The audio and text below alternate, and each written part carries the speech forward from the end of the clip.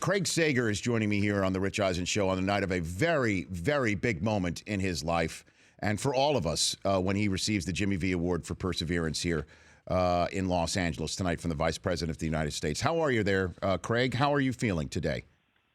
Well, I feel great.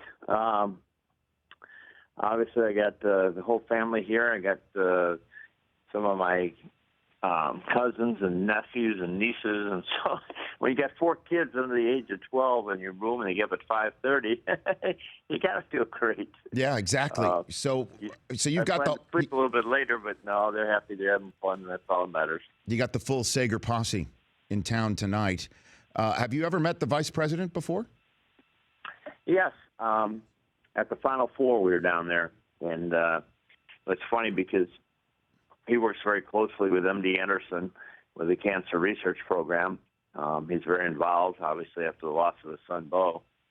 And he got appointed to, head up this program. And a lot of people thought he would run for politics or president this term, but he said, no, he has a commitment to fight cancer. And so I was at the Final Four down there in Houston. I was going through my treatments. I went over and covered the game, and he was walking past the press row. And, of course, since Secret Service stops everybody in the press and stops so he can walk by. He started walking by and he saw me, and he stopped. And he put his arms open like, go ahead. It was the first time I'd ever met him, but we talked about, cancer and what we're going through, and he was a big basketball fan. And he was from Syracuse, and his wife was Villanova, and she was so happy, and she was rooting for, obviously, the Wildcats. And then, of course, they won the championship, and so I gave him a TNT sweatshirt that we all had down there that all the crew was wearing. And so that was actually the first time I had formally met him. So what does it mean for you to get this award, Craig? Well, it's one of those awards that you really don't campaign for. It's not one of those that you grew up wishing you could get, because it obviously means you're facing a lot of adversity. And I realized a long time ago that it wasn't about me. It was about what I represented. I'm in the public eye. Everybody knows somebody with cancer, or somebody's been affected, but it's family member, friends, or maybe themselves. And it's an evil disease. It's dreadful.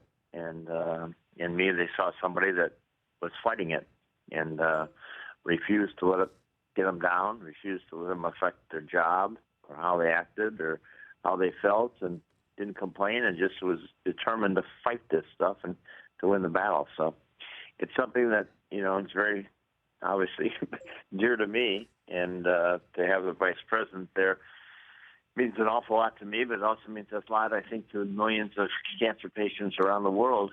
We're hoping and looking forward and trying to find some cure for this. Craig Sager, Turn to Sports, joining me here on the night he receives the Jimmy V Award for Perseverance at the ESPYS, handed to him by the Vice President of the United States, Joe Biden. What was it like for you to be at an NBA Finals working it for the first time in your career? Well, it was terrific. We do so many sporting events at Turner, especially the NBA. We consider ourselves the voice of the NBA, and you follow it all year, and then all of a sudden we do the conference finals, and then, we're done. Yeah. That's the end of the season. And you realize that obviously the finals are still there, and I would watch them, and I would go to them as a fan and all, but you didn't actually work it. And for ABC and ESPN to give me the opportunity and turn it to say, okay, it was special. And, I was in the hospital getting my routine chemo for 8 days, and I looked at the schedule, and the only game I possibly could do is Game 6. And so then the series goes 3-1 Golden State, and I go, oh, man, it's not even going to be a Game 6. I'm not going to be able to go. And then, of course, we had the Draymond Green suspension, and LeBron James just took over. He was absolutely sensational, and he forced us to Game 6, and so I got to do the game, and everybody was great. I mean, during the season and, throughout my career, we've gotten along great with, ESPN, ABC. Many instances we use the same trucks, we use the same camera guys. A lot of people double up, and, it's been a smooth, partnership, but there's so much animosity and so much competitiveness with the sales department, the marketing department, the rights holders, and all that, that was something I never thought that what happened. That one person worked both networks, but everybody was great. And Doris Burke was sensational. She let me do both coaches' interviews, and then I was assigned to Golden State. She had Cleveland, but Cleveland won, and she goes, "You do the LeBron interview." No I go, "Are you kidding. kidding?" She goes, "No." I said, "Okay." And so that was special, and so it was a lot of fun. I'll tell you that. And Tim Duncan retired this week. Craig, do you have a favorite Tim Duncan story? What's your favorite Tim Duncan story from your career of having met him and covered his entire 19 years? 1999 Olympic trials, Puerto Rico.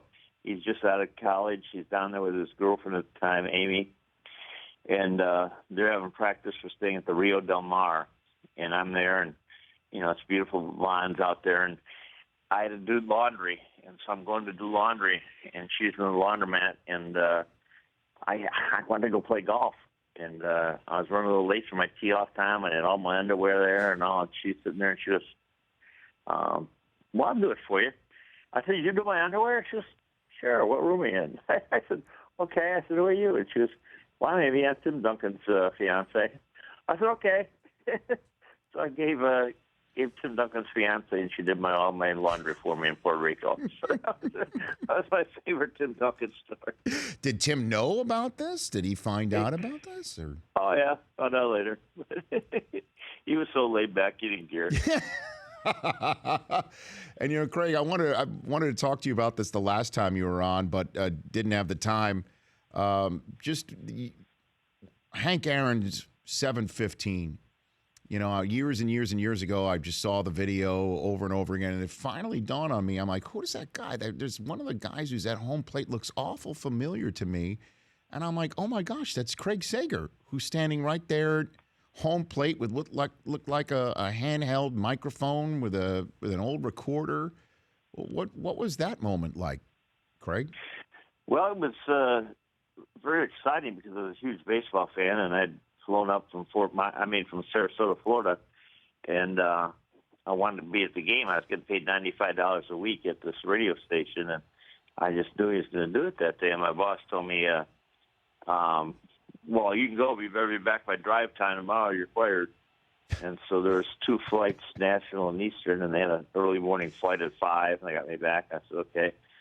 So I went up there, and it's cold. It was a rainy day, and didn't have a credential at the time, but I called ahead, and so they had no room in the press box, and all the photographers on the first base side, because he's a right-handed batter, and so I was over in that third base well all by myself, and talking to myself on the tape recorder, doing a little play-by-play, and when he hit it, I just instinctively ran out on the field and met him at home, and I had the microphone there as Tom House runs in, "Here's the ball, Henry, here's the ball," and I say to Hank, I said, "My God, you did it. What does the moment mean to you?" And he just goes, "Thank God it's over.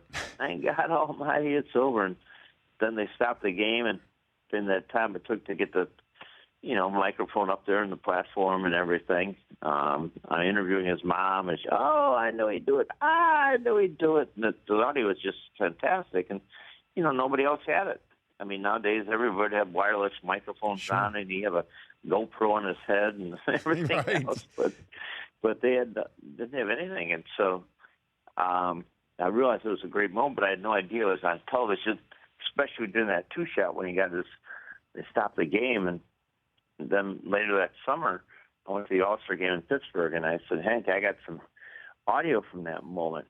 He goes, "Oh, okay." He kind of blew it off, and then he goes, "Oh, were you the guy with the trench coat?" I go, "Yeah, that was me." And I said, "You need to listen to this." So I played it to him, and he had no idea that audio even existed. And he said, "Oh, man," when he heard his mom and his dad, he goes, "What do you want to do with it?" I said, "Well, it's yours. You do whatever you want with it." He goes, "Let's give it to the Hall of Fame." I said, "Okay." So I presented it to the Hall of Fame and gave it to him, and they use it now continuously on the loop. They show the home run, and they have the call from the network, and then they go to my interviews at home plate, and it's on a continual loop at Cooperstown. And I got a lifetime pass at the age of 22 to Cooperstown. So you are in the Baseball Hall of Fame, Craig Sager, essentially. Essentially. Yeah. Yeah. Well, that's accomplished. fantastic. Craig, I did not know that story. I've always been wanting to ask it of you, and I cannot thank you enough for calling in on this big day. I'm sure there's a lot of people pulling at you for your attention, so I'm appreciative. Thank you, Craig. No problem. It's kind of hard to envision your career peaking at the age of 22, No. but that's probably the greatest moment of my career. Hey, but you made it happen yourself, and you did get back for drive time, right? Hey, I did, and then he took the credit. Oh, yeah, it was going to be a good idea. So there to cover it. Craig, have a great night tonight. You got it. Thank you. That's Craig Sager of Turner Sports. The Rich Eisen Show, weekdays at noon Eastern on Audience.